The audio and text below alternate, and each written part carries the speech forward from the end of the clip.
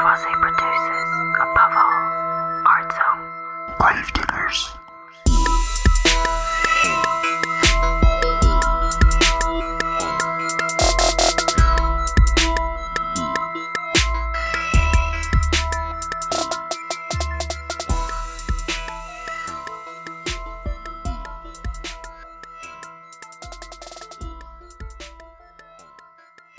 Hello, everyone. Hey, folks, we're back. It's Aaron in Seoul. And Amr in Toronto. And welcome to another episode of Das Criminal Podcast. Yeah, we're back with our Arab Spring series. I hope you're enjoying it so far. And today we continue that series.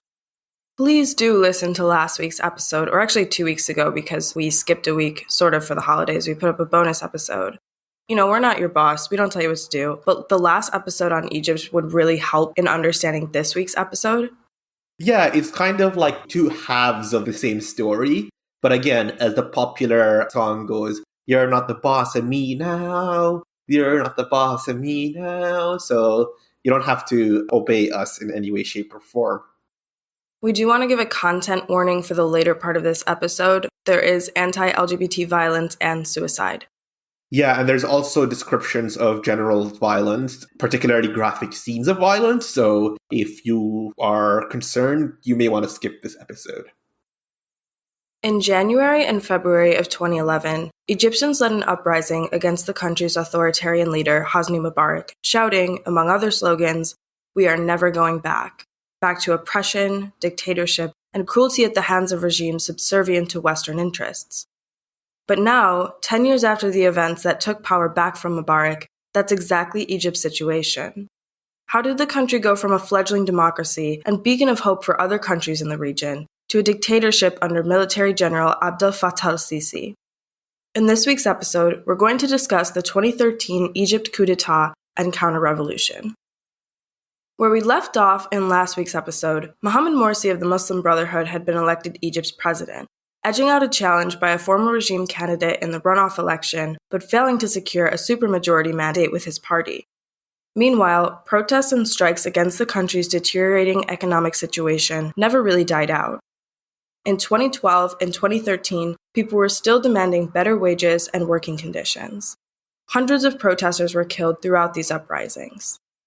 Yeah, and despite liberal attempts to abstract the causes of the uprisings to things like some vague desire for freedom or to emphasize the power of social media as driving the uprisings, the fundamental driving force across the region were material conditions of the people. I mean, it's no accident that one of the most popular slogans of the uprisings across countries we're covering was, in Arabic, it's Aish, Hurriya, Adala Ijtimaiya, which translates to bread, freedom, social justice.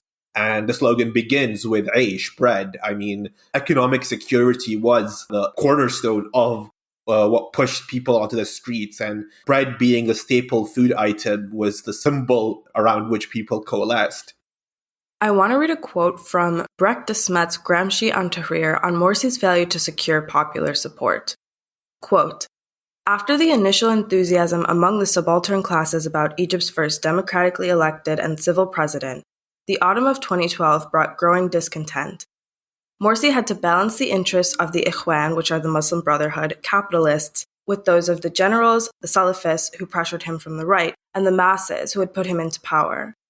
Instead of transforming the structures of dictatorship to institutions of bourgeois democracy, the Brotherhood tried to capture positions in the cabinet, ministries, state unions, and professional associations for its own personnel.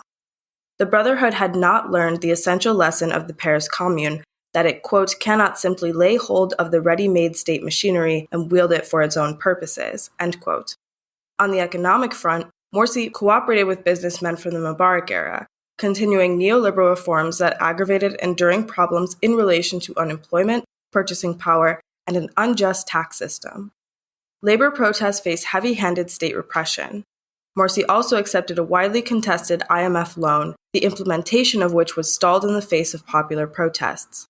Finally, in order to become hegemonic within the Sunni Islamist camp, Morsi remained largely silent on sectarian attacks against Shia and Coptic minorities." End quote. February 1st, 2012 brought the Port Said massacre.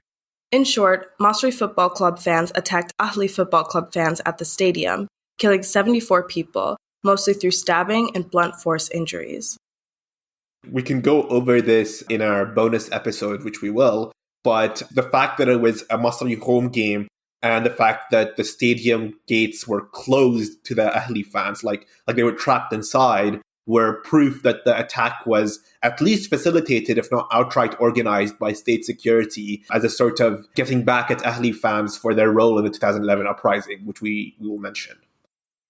In November of 2012, the Morsi government announces a temporary constitutional declaration basically granting the president unlimited powers.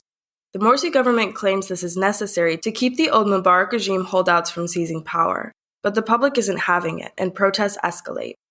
The irony here is that during the uprising in 2011, the Muslim Brotherhood wielded its significant influence and its sort of ability to mobilize tens of thousands of people to allegedly, and these are all claims that don't have concrete proof, but there have been credible allegations, to negotiate a deal with the military brass over what essentially became a power-sharing agreement.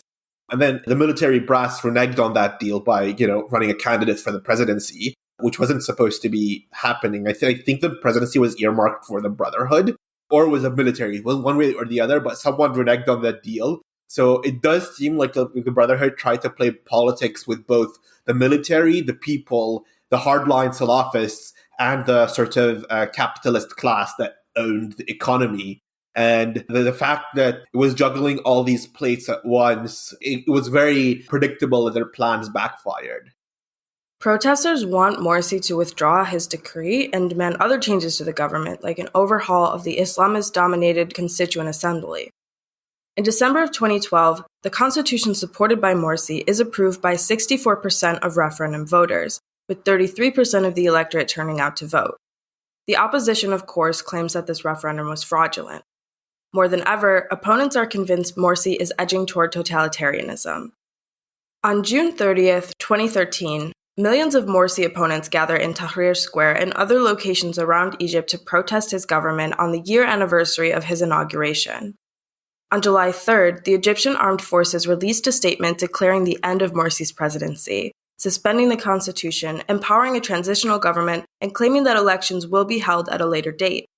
In protest of Morsi's overthrow, the Muslim Brotherhood supporters begin demonstrating, and dozens are killed in clashes with the Egyptian armed forces. The Egyptian armed forces deny using live ammunition on protesters, but witness accounts dispute this.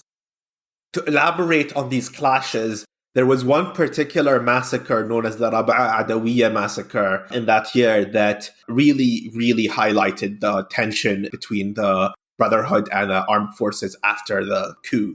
So supporters of Morsi had initially planned to gather in the Raba'a Adawiyya mosque in Nasr City in Cairo and the Nahda Square in Giza to celebrate 1 year of Morsi's presidency. This was in late June. Except, in July 3rd, Morsi is tossed out by the military and they take interim control. So the gatherings for celebrations immediately became a sit-in by the Brotherhood, protesting the coup with the explicit demands of releasing Morsi and reinstating him as the democratically elected president of Egypt. And these sit-ins were massive. I mean, I'm talking like hundreds of people, eventually becoming thousands of people, becoming tens of thousands of people. And these negotiations between Brotherhood leadership and the military went for weeks from July 3rd onwards, with them pretty much going nowhere because, if you really think about it, the military was not going to concede on any grounds to the Brotherhood, and the Brotherhood demands were... the military had all the cards here. The Brotherhood had no real negotiating power. In July, there were leaked plans that the military was going to cordon off the squares, basically limiting who can get in, and as people got out, just sort of like allowing the squares to drain of the population before clearing them out once they're small enough to be controlled. And the fact that those plans were leaked led to tens of thousands more Muslim Brotherhood supporters flooding into the two squares. And to highlight their support, the men began fortifying the squares. They had sandbags. They began bringing in waist-high concrete barriers to counter military vehicles and to limit their mobility, as well as patrolling the squares with clubs and helmets. And these squares, at this point, the citizens have become very, very well developed. The squares had their own market stalls, their own barber shops, their own TV station, various kitchens serving food to the protesters. It was, in effect, a small mini economy in and of itself. It was self-sustaining. There was no need, if you will, there was no driving force for people to leave the square. They didn't have to go home because everything they needed was there, which was essentially what they wanted was, to stay there until their demands were met. So the day comes, August 14th, 2013, 7 a.m. The government finally decides enough is enough and decides to move in to clear the squares. The smaller Nahda Square in Giza is cleared very quickly. It's near Cairo University. But the bigger square, the Raba'a Adawiya Square, which is near the Raba'a Adawiya Mosque in Nasr City, which is a suburb of Cairo, is much, much bigger and much more difficult to control. So the police move in and clashes immediately erupt with the Morsi supporters, the Muslim Brotherhood, essentially, the Ikhwan. The police move in with bulldozers and armed vehicles and fire tear gas and birdshot at protesters, as well as there being credible and very, very real claims of snipers being positioned on rooftops, shooting fleeing brothers. Not just shooting the people who are engaged in violence with the military and the police, but people being shot in the back as they fled. In early afternoon, the Brotherhood has supporters from the outside trying to join the besieged protests. So from other areas of Cairo, brothers were coming in shouting Allahu Akbar and pretty much running into the police trying to join the besieged protest. The police claim they only used rubber pellets and non-lethal ammunition, but the Brotherhood claimed that live ammo was used quite liberally in clashes with the Brotherhood. The Brotherhood had at this point managed to push the police back, but by late afternoon, the police regained the momentum and with reinforcements coming in, pretty much move in and clear the camps. The Raba'a Mosque, which is beside the square, was being used as a makeshift hospital with thousands and thousands of protesters injured. And there are videos and pictures of this that you can Google. We're not going to post gory pictures. We never have, and I don't think we ever will. But if you are interested, Google the Raba'a Adawiya massacre, of course, and there will be videos and pictures of injuries, corpses, etc., in the hospital, the makeshift hospital, which was the mosque. Eventually, even the mosque was cleared with tear gas and batons. As news filtered of this massacre outside, protests erupt across Egypt by supporters of the Brotherhood members and their supporters. And one of the more insidious things was the fact that the Brotherhood took out its anger at this massacre on the Coptic minority, the Coptic Christian minority in Egypt, with, I think, over 10 Coptic Christian churches being burnt across the country, especially in Cairo, Alexandria, and elsewhere. Police stations were also targeted, but the fact that the Copts were targeted as a sort of visible minority, the Brotherhood saw them as being collaborators with the military regime, so it was rather insidious, rather disturbing. Yeah, the Coptic minority in Egypt sort of became a flashpoint and a scapegoat for a lot of events happening here. And of course, a Christian minority and a historically persecuted Christian minority in a country would not be thrilled about the Muslim Brotherhood taking power in the government. But that doesn't mean they all collaborated with the army to throw out Morsi. That's absolutely ridiculous, of course. Yeah, absolutely right. During the 2011 uprising, the Copts played a big role in the anti-Mubarak movement. Coptic Christians showed up to the protest en masse, and there are very famous pictures of Coptic Christians protecting the Muslim protesters when they were praying and vice versa. But with the Muslim Brotherhood in power, it's very understandable and it's very normal for the Copts to be afraid and be concerned, because the Brotherhood's Islamist policies were distinctly anti-secular and distinctly religious in nature and in character. And if you're a religious minority in a country ruled by a party that is distinctly religious majority in character, then you will be concerned about your rights being trampled and protecting your rights. Mind you, this is not to say that the Sisi government has been anywhere near helpful to the Copts. If anything, the Sisi government has completely abandoned the Copts minority and has shown no desire to offer any, sort of protection to a religious minority as such. So, if anything, they've been screwed both ways. Oh, definitely. Yeah, so with those protests escalating across the country, the interim military government ends up issuing a state of emergency, which includes the fact that the right to due process is suspended, along with all that the lovely stuff that goes with the martial law. A curfew is implemented across the country from 7 p.m. to 6 a.m. This goes on for a couple of months before the curfew is lifted. And I want to quote Kenneth Roth of Human Rights Watch. I have issues with Human Rights Watch. There are issues to be discussed. But in this case, I think it's very important to quote what they said because it's just to reflect their assessment versus the official narrative the Egyptian government wanted to posit at the time. Quote, in Raba'a Square, Egyptian security forces carried out one of the world's largest killing of demonstrators in a single day in recent history. This wasn't merely a case of excessive force or poor training, it was a violent crackdown planned at the highest levels of the Egyptian government, end quote. And this is just to highlight that the Egyptian government, the interim military government's Ministry of Health, claims that at the end of the day, the casualties were 638 dead. Except Human Rights Watch claim it's easily over 1,000 with multiple thousands injured. The Muslim Brotherhood claims over 2,000 dead at least. This also includes 4 journalists who were killed. Those journalists were clearly identified as journalists with the labeled jackets and the helmets that the journalists carry around. One of which I believe was shot in the head, another was shot in the chest, allegedly by snipers. Dozens of journalists were injured, including journalists working for Al Jazeera, Sky News. They were shot in the face, they were shot in the arm, they were beaten. It was considered a massive, massive campaign by the state. It is definitely not something accidental. You don't accidentally kill 1,000 people. And I, for one, I'm more leaning towards believing the figures from Human Rights Watch, if not the Brotherhood, than the Egyptian state. In the targeting of journalists as well, of course, there is that violence against the free press, like a very literal manifestation of violence against a free press, opposition to a free press.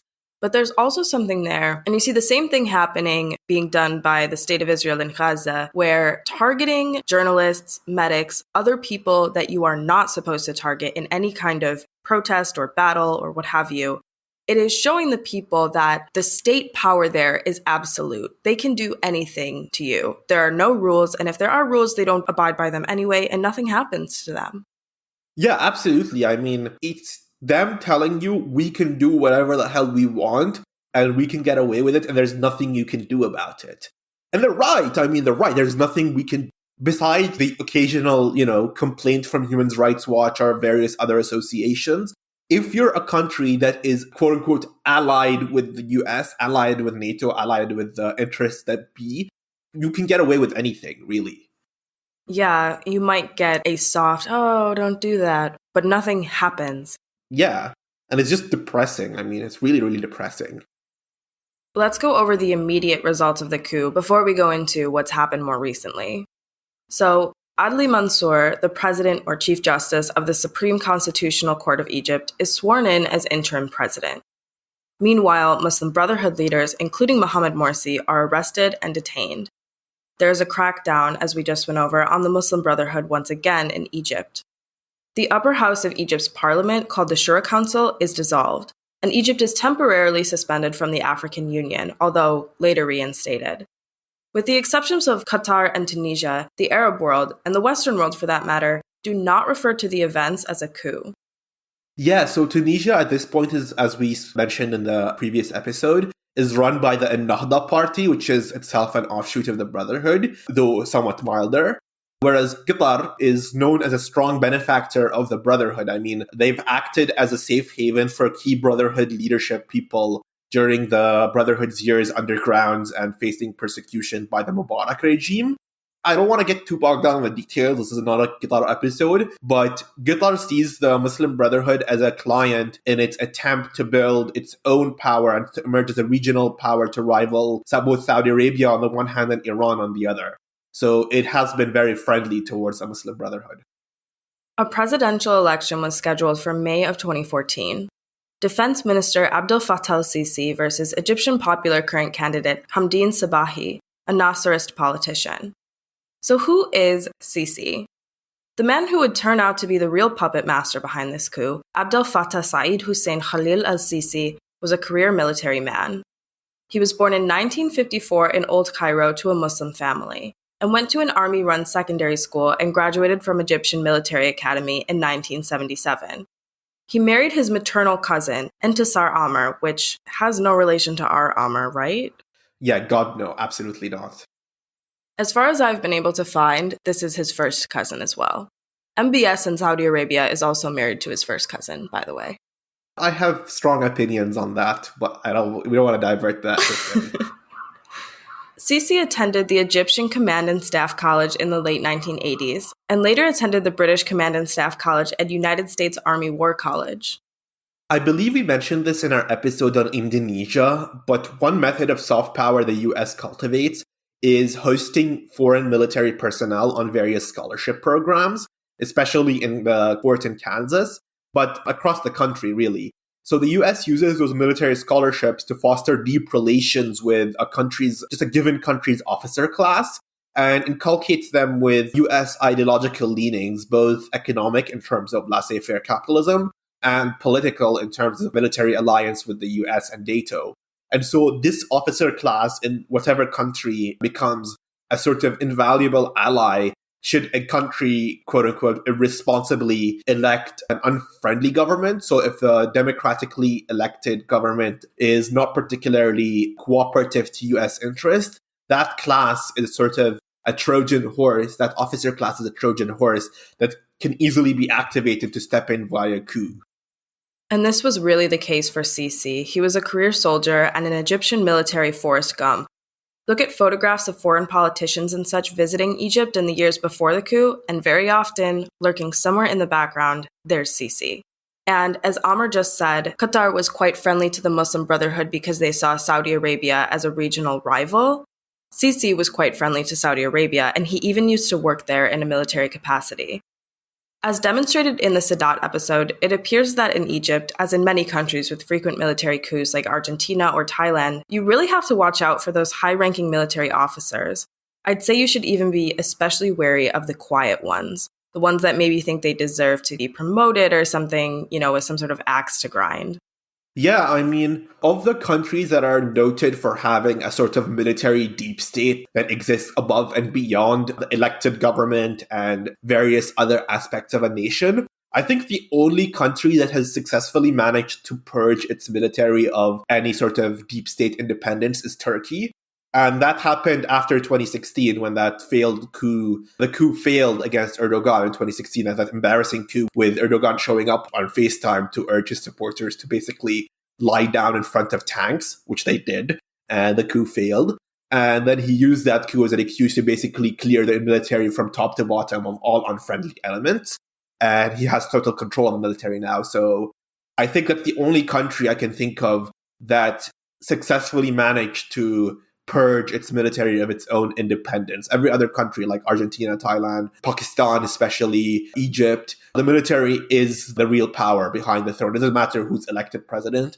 As we saw with the last episode, Mubarak was the president until he became untenable, and then the military just decided to bide its time, and now they have a new guy in charge, Sisi. Sisi became the youngest member of the Supreme Council of the Armed Forces, or SCAF, during the 2011 uprising in Egypt. He was later chosen as Commander-in-Chief and Minister of Defense and Military Production in August 2012 under Morsi's new government. Again, as a career military man, and a highly educated and connected one at that, it's not surprising Sisi would be selected for such a position. Perhaps Morsi would later regret promoting lifetime soldiers like Sisi rather than bringing in military outsiders who were more loyal to him, but I 100% understand why he promoted Sisi. Yeah, I also wonder if promoting Sisi was part of a sort of secret power sharing agreement with the officer class. So I know I mentioned earlier that the Brotherhood of the officer class may have negotiated a compromise during 2011. And we also spoke about the Egyptian military being a deep state with its own class interests. So I imagine maybe Morsi and the Brotherhood made a deal with the military where basically the Brotherhood told the military, you can keep the Ministry of Defense and you can take this particular ministry and we'll take that particular ministry. And of course, if you leave the Ministry of Defense in the hands of the military, this will backfire spectacularly because, they can organize a coup whenever they want. Well, Sisi was also experienced, and as we talked about before, when you have a revolution, to what degree do you purge the former officer class or the former bourgeoisie? And Sisi was friendly with other governments like the United States, who the Morsi government would have wanted to, at least at a baseline level, support them. Yeah, I agree completely. I think we haven't gotten into this particularly deeply, and I don't think we should or would. But one of the reasons the economy was still doing so badly under Morsi was because Egypt relies heavily on foreign aid, especially from Saudi. Like Saudi Arabia sends like billions of dollars to Egypt, pretty much propping up its economy. And when Morsi was elected, that tap dried up, which, made the economy scream essentially. With that in mind, I can understand why the Brotherhood wouldn't want to alienate countries like Saudi Arabia or the US immediately or very quickly, especially when Egypt's economy is so reliant on this support. So compromising with the military, compromising with Sisi in particular, I imagine they believed it was necessary at the time. Of course, it was Sisi, commander-in-chief of the Egyptian armed forces, who removed Morsi from his presidency in 2013. And though a cult of personality would arise around him, we should emphasize that the Egyptian military had inordinate power long before Sisi staged a coup. As Amr noted in our last episode, Egypt is a military with a state. Sisi didn't come out of nowhere. His rise to power is a result of Morsi's failures listed previously in this episode, but also of a historically powerful military with a strong economic foundation. Military Inc. refers to the Egyptian armed forces' extensive control over the country's economy. The military has had control over things like steel plants since Nasser's import substitution drive, though the extent of the military's control over the national economy is somehow largely unknown. In May of 2014, Sisi won the Egyptian presidency with 97% of the popular vote, and has held the position ever since. Any election with that kind of margin should immediately draw suspicion. In 1820, James Monroe in the United States ran against literally no major opponent and still only secured 80.6% of the popular vote. In his landslide 1936 victory, FDR only got about 60% of the popular vote. Okay, I actually find those kinds of results absolutely hilarious because I imagine a room where a bunch of interns and political staffers are basically sitting there debating what percentage they should pretend is the result of a fake election that is both acceptable and overwhelming without being too false. So you have them sitting around and it's 100%, no, that's not too unrealistic. They'll know we rigged it. 90%, not overwhelming enough. If you say it's 90%, people will think that there are 10% of the population oppose us, and that might encourage further dissent. So how about 97%? Both overwhelming and realistic. I'm going to just read this absolutely wild paragraph from the introduction of Sisi's Wikipedia page before we get into the specific details of some of Sisi's crimes. Quote, Sisi rules an authoritarian regime in Egypt, as the Egyptian military has unchecked power and elections are not free and fair. The regime has employed imprisonment, torture, extrajudicial killings, home demolitions, forced disappearances, and sexual violence against its critics. In the non-democratic 2018 presidential election, Sisi faced only nominal opposition, a pro-government supporter, Musa Mustafa Musa, after the military arrest of Sami Anan and his enforced disappearance afterward.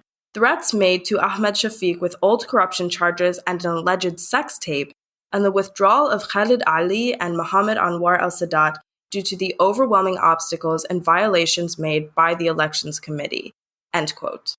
I do want to point out, if you rewind and listen to Aaron asking or saying that, the extent of the military's control over the national economy is somehow largely unknown, just listen to this paragraph again and you'll figure out why people aren't doing research on things like the Egyptian economy and who owns what.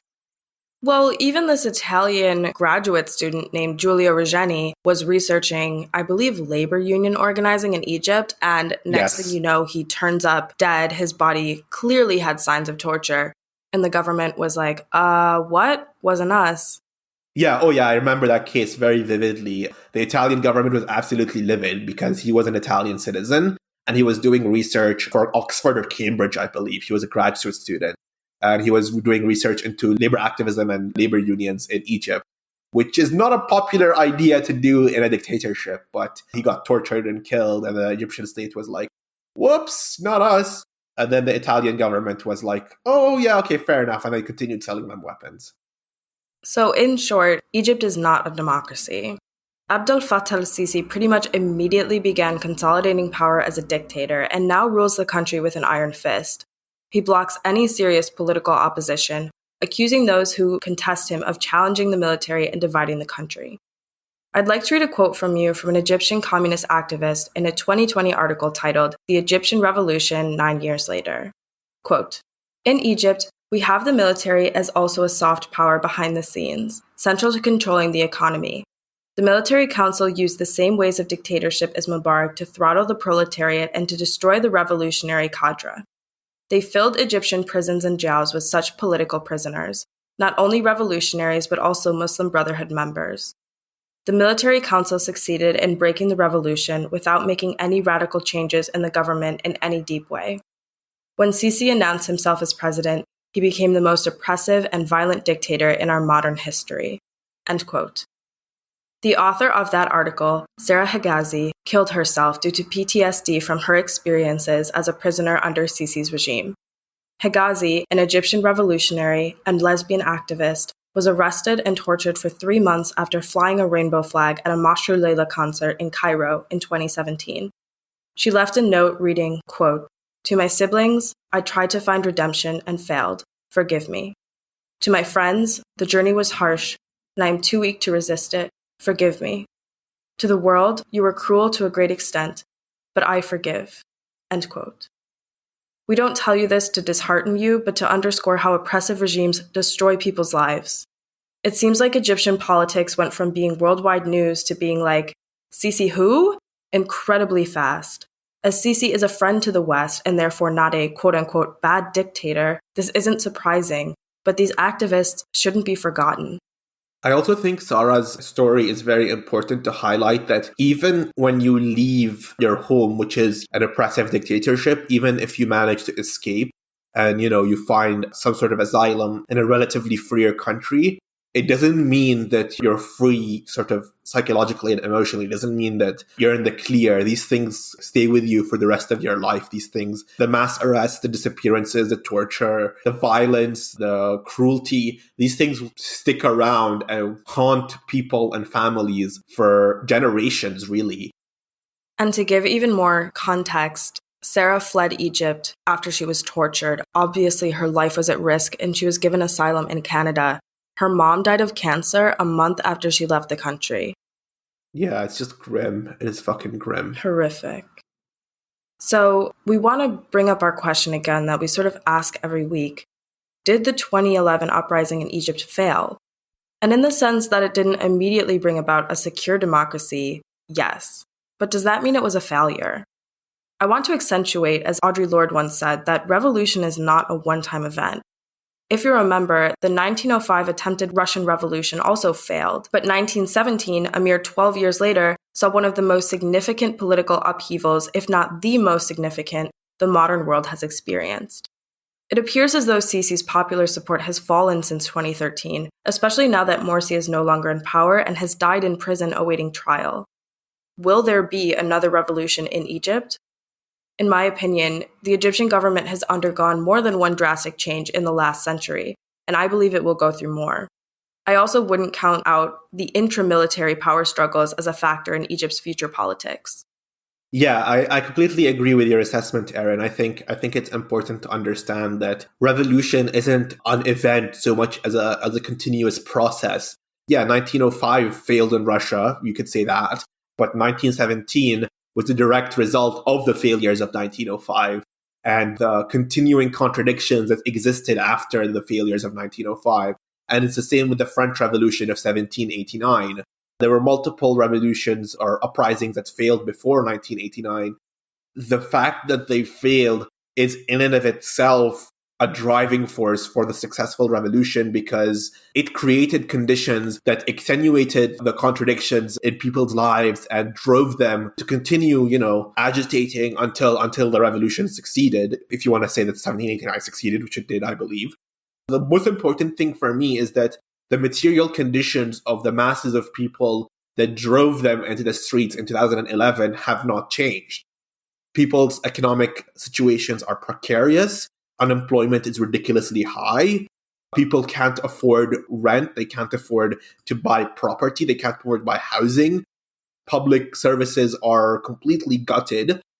1917 in Russia and 1789 in France were both driven by sharp increases in food prices, and initial wave of protests were bread riots. They were bread riots because bread was either being rationed or the prices were too high and people couldn't afford it, and they went to the street demanding bread.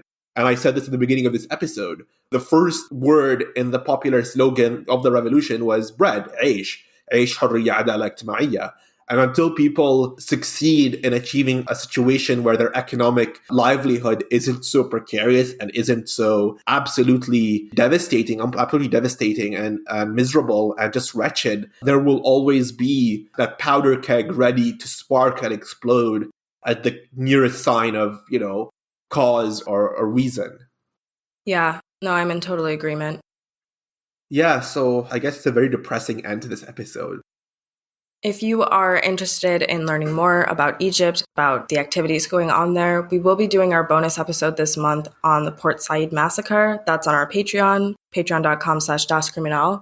You don't need to listen to that to understand our series. It is just bonus content for people who want to hear more from us. Yeah, we really appreciate your support. So if you do sign up, it means a lot to us. It does help us with books, hosting, other costs of the podcast. So thank you from the bottom of my heart to all our supporters. Yeah, we really do appreciate it. And we do depend on that money to put the podcast out.